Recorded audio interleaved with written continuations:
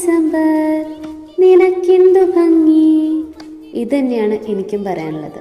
ഡിസംബറിന് എന്ത് ഭംഗിയാണല്ലേ. ഡിസംബറിലെ മോർണിംഗ്സും ഈവനിങ്സും ഒക്കെ മറ്റ് മാസങ്ങളെ കമ്പയർ ചെയ്യുമ്പോൾ ഭയങ്കര ബ്യൂട്ടിഫുൾ ആയിട്ട് എനിക്ക് തോന്നാറുണ്ട്. ഇങ്ങനെ കാറ്റൊക്കെ വീശുമ്പോൾ സ്കിന്നൊക്കെ ഡ്രൈ ആവണത് വേറെ കാര്യം. എന്നാലും ഈ തണുത്ത കാറ്റ് ഒരു പ്രത്യേകതരം വൈബല്ലേ, ഒരു ക്രിസ്മസ് വൈബ്.